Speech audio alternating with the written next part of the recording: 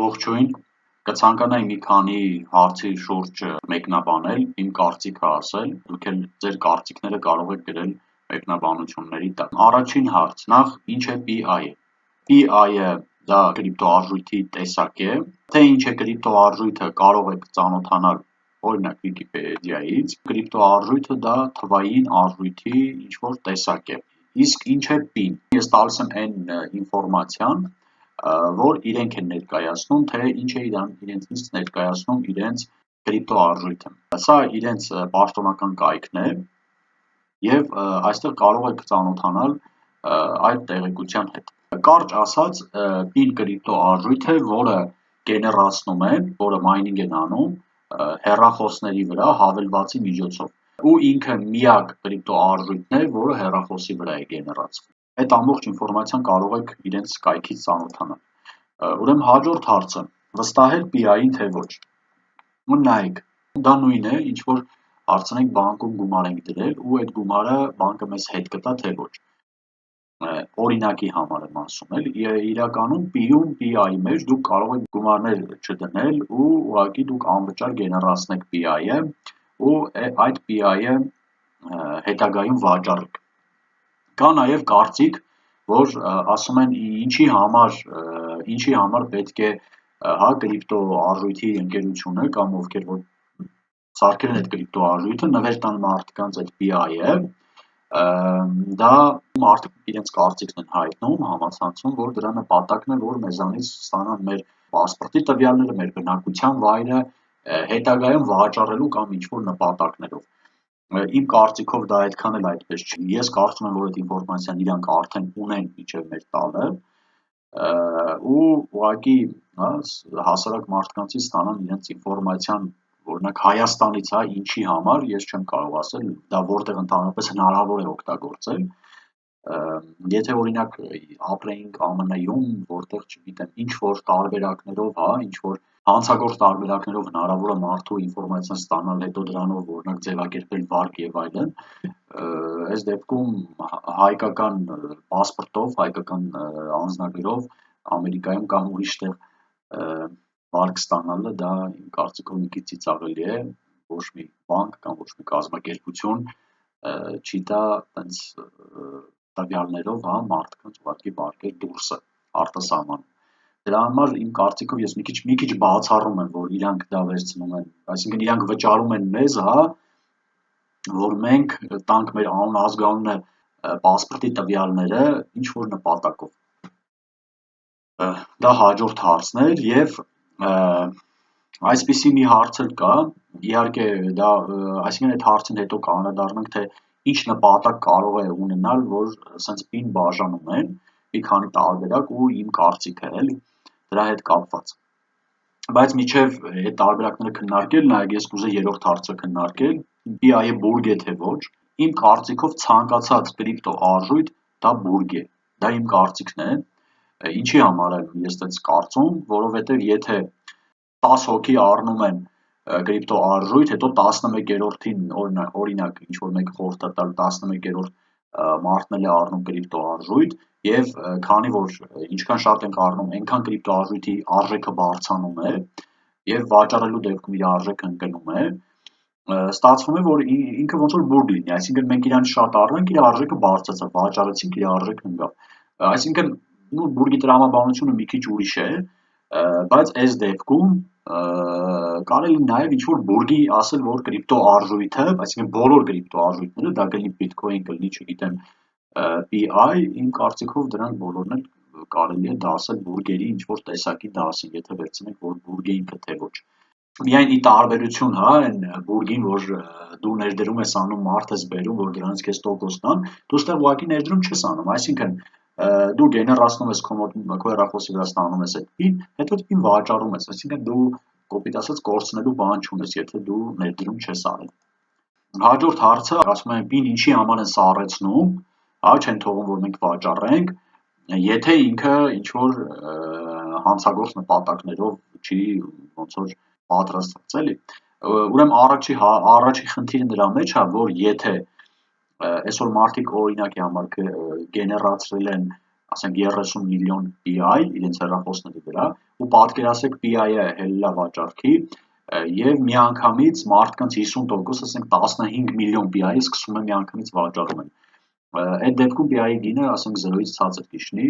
չեմ կարող ասեմ ինչքան կոպեկներ կիջնի ու ավտոմատ կստացվի, որ այդ մարդկանց պրոյեկտը, ովքեր որ պատրաստել են այդ PI-ը, հավասարվեց 0-ի, իրենց այդքան տարվա աշխատանքը, որտեղ իրանք թողեցին վաճառեցին, քանի որ ինքն էլ ասում է, եթե վաճառում են գինը իջնում է, առնում են գինը բարձրանում է, կստացվի, որ արդեն իրենց այդ չսառեցնելու պատճառով գինը ընկավ։ Դրա համար իմ կարծիքով տրամաբանությունը սրա մեջ է, որ որոշակի քանակություն իրանք սառեցրել են, որ միանգամից չկարողանան վաճառեն, մի որոշ մասը թողում են վաճառեն, մարդիկ ծանոթանան, որոշակի մասը սկսում են գնել արդեն բիրժայից այդպին, եւ ստացվում արդեն մարդիկ ծանոթ են, դրա վրա կարողանում են բիզնես անել, հա, գումար աշխատել, ու արդեն իրենց կրիպտո արժույթը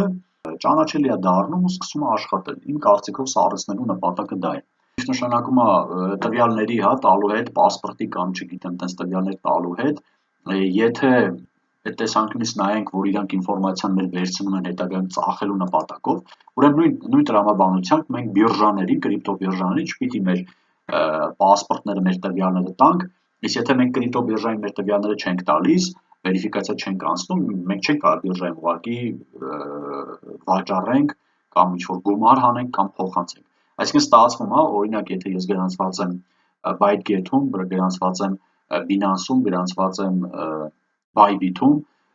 բոլոր տեղերում էլ իմ ինֆորմացիան ես տվել եմ, արդեն ստացվում է, որ ավտոմատ իմ ինֆորմացիան ես տվել եմ, չգիտեմ, որ արտասահմանյան պրոյեկտների, բայց ես ուղղակի տենց 99% վստահ եմ, որ իրանք արդեն ումը որ պետք է այդ ինֆորմացիան ունեն, ու չեն սպասում իմ տալուն կամ չտալուն։ Նաև վստահ եմ, որ իրանք տենց էլի 99%-ով, որ այդ ինֆորմացիան իրանք ուղղակի տեղ չկա օգտագործելու, ուղղակի տենց, եթե դրա համար իրանք պատրաստ են մեզ վճարեն, հա, PI-ով, չգիտեմ, օրինակ ինձ տան 1000 PI, որը այս պահին կարժենա մոտավորապես $1400, օրինակի համար եմ ասում։ Եվ հաջորդ հարցը, թե ինչու եմ ես այս ամենը մեկնաբանում, սրա մասին պատմում եւ որն է իմ օգուտը։ Իմ օգուտը կայանում է նրանում, որ եթե դուք ներբեռնեք հավելվածը ձեր սմարթֆոնի մեջ, գրանցվեք եւ գրանցման ընթացքում հավաքեք իմ հրավերքի կոդը։ Այդ դեպքում ես կստանամ որոշակի տոկոս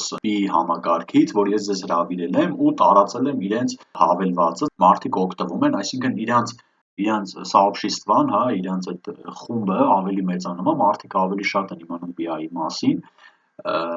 եւ ավելի շատ են այն օգտագործում։ Նայեք ստեղ ինչ տրամաբանություն է աշխատում, հա, եթե ես օրինակ ստանում եմ այդ PIN ու հետո, հա, իրան վաճառում եմ, հետո նորից առնում եմ, հա, շրջանառության մեջ եմ դնում, ավտոմատ ստացվում է, որ այդ կրիպտո արժույթը արդեն ինչ-որ նշանակություն ունի, հա, բիտքոինի նման, ինքը կարևոր է դառնում, ու ինչքան շատ մարդիկ ունեն, այնքան ինքը ավելի կարևոր է։ Իրականում, երբ որ լիստինգ չէր ելնում, այսինքն դեռ բիրժա չէր հելել, այդ ժամանակ ծրագիրը, օրինակ ինձ տալիս էր, ես ունեի 6 հոգի ունեի իմ հրավերքով հրավիրված մարդիկ, ինձ տալիս էր ժամանակ 0.9 PI, բայց երբ որ դուրս եկավ արդեն բիրժա եւ սկսեց լիստինգ գնել, մի որոշ ժամանակ հետո իմ մոտ սկսեց գեներացնել 0.05 PI,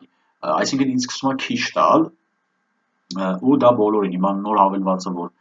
մենք ներբեռնենք, ես ցույց կտամ, որ այս դեպքում քիչ է տալիս, առաջ տալիս էր 0.03, հիմա քիչ է տալիս, բայց եթե դուք բերեք ձեր